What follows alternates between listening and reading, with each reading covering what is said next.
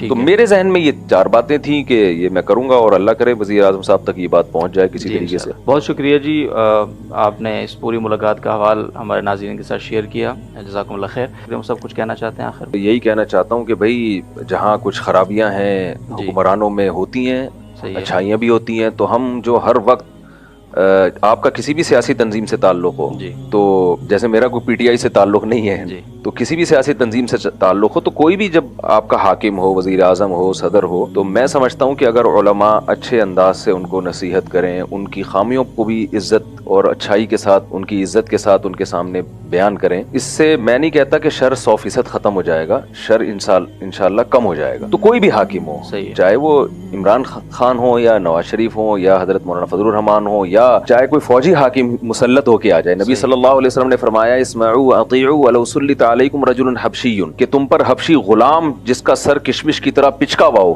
وہ بھی مسلط ہو جائے تو اطاعت کرنی ہے، اس کی بات کو سننا ہے، اور حق بات اس کے سامنے کہنی بھی ہے. تو سلیقے سے طریقے کے ساتھ خیر خواہی کے جذبے سے. تو اگر ہماری قوم کا یہ مزاج بن جائے اور نعرے بازی اور گالی گلوچ اور ان چیزوں سے ہم احتراز کریں تو میرا خیال ہے بہت کچھ خیر کا کام ہو سکتا ہے. تو اتنا بھی ہمیں نا امید نہیں ہونا چاہیے جتنا ہماری قوم نا امید ہوئی ہوئی ہے. ہماری ذمہ داری ہے ہم اپنا کام پورا کریں بغیر کسی لالچ کے. حکمرانوں کے پاس جانے والے علماء کی 2 قسمیں ہیں، ایک اپنے مفاد کے لیے اور ایک ان کو نصیحت کے لیے. بالکل. تو یہ جو منع ہے اسلام میں حکمرانوں کے پاس جانا، یہ وہ ہیں جو چاپلوسی کے لیے جاتے ہیں، ان سے عہدے حاصل کرنے کے لیے جاتے ہیں، ان سے اپنے مطلب کے لیے جاتے ہیں. لیکن اگر اصلاح کے لیے جاتے ہیں تو یہ تو اسلاف کی سنت ہے. بالکل. تو وہاں جتنے بھی علماء تھے ماشاءاللہ سب سنجیدہ تھے، جو مجھے لگا ایک اچھا منظر لگا اور بہت عزت احترام کے ساتھ بات ہو رہی تھی اور سب لگ رہا تھا کہ اصلاح ہی کے لیے آئے ہوئے ہیں یہاں پہ. بالکل. تو اچھا لگا. تو سنا ہے کسی چائے کے کپ کے بھی روادار نہیں ہیں آپ اس ملاقات؟ جب میں وہاں گیا ہوں تو ہمارا تو خیال تھا بڑے سموسے اور پکوڑے اور چٹنیاں اور کباب آئیں گے، لیکن وہاں تو چائے کے چند کپ آئے. اچھا. اور مجھے وہ بھی نہیں ملا. حالانکہ میرا وہ چائے کا ٹائم ہے اور میرا خیال ہے میں 1 سال کے بعد کر بغیر چائے کے رات کو سویا ہوں، چائے پیے بغیر. یعنی رات کو مطلب یہ عصر کے بعد بھی چائے نہیں پی، پھر اتنی وہ ٹریفک کا رش بہت تھا تو عشاء تک میں گھر پہنچا ہوں تو چائے میں نے کہا پیوں گا تو نیند خراب ہو جائے گی. تو وزیر اعظم صاحب کی جو ملاقات تھی اس میں جو چائے کا جو معمول تھا اس سے بھی گئے ہم، لیکن ہمیں یہ بھی اچھا لگا. صحیح، یہ بھی اچھا لگا. اس لیے کہ چھوڑو یار یہ کیا چائے سموسے، اپنے گھر جا کے کھاؤ، جو بات کرنے آئے ہو تمیز سے بات کرو، پتلی گلی سے نکلو، جو ہمارا اسٹائل ہے.